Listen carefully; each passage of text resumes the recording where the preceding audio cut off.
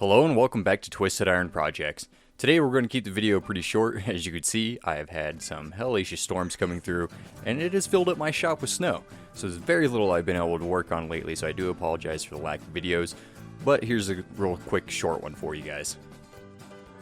In today's video we're going to be working on a simple do-it-yourself pallet chair for patio furniture.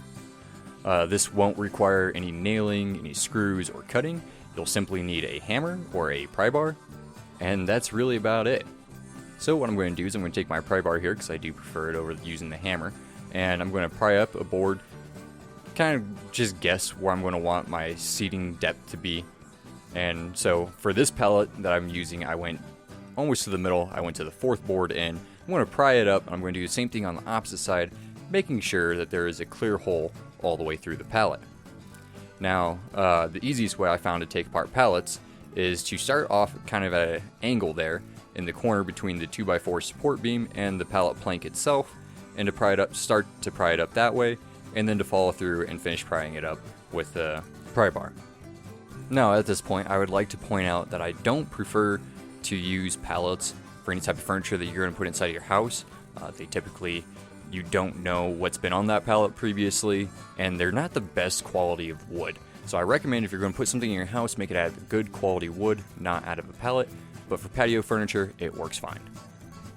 As you can see here, now we have a hole directly through the pallet, and this is going to be the crucial part of this pallet chair build, because like I said, it won't need any nails or any cutting or screws or anything to hold it in place. It's literally just going to fit in together like a puzzle. So I'm going to take my second pallet that I have, and instead of doing this through the middle like I did on the previous one, I'm going to take out roughly 3 to 4 boards going from the edge towards the middle, and this is going to be the section that we slide in through that hole and make the back side of the chair. This is also going to act as the support that helps the chair hold itself up as that puzzle section, like I said earlier.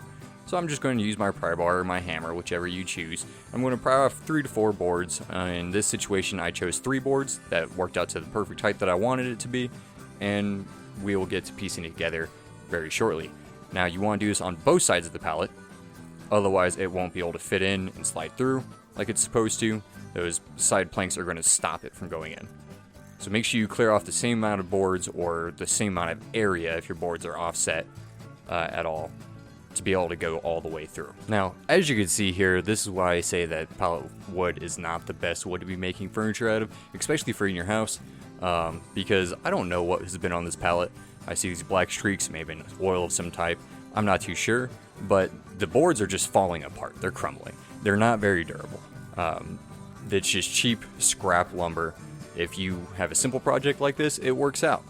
But if you want to do anything that's going to be sound, try to avoid using pallets. But as you can see, you take the back section that you took the 3 boards off of, you put it into that hole, and you kind of pull the 2 up in a scissor type motion, and there it is, sitting stable. No screws, no nails needed, but if you want to make it a little bit more secure and you don't ever plan on taking it down, you could put some screws in through the side to secure it better. I also recommend that if you want to take that extra step and make this a little bit nicer and cleaner, you could go ahead and sand everything down a little bit smooth and put a clear coat on it, or stain it and then do a clear coat, because it is going to be out in the sun and you don't want it to dry rot. But that's it for today's video. Hope you guys have a good one. Stay classy, party on.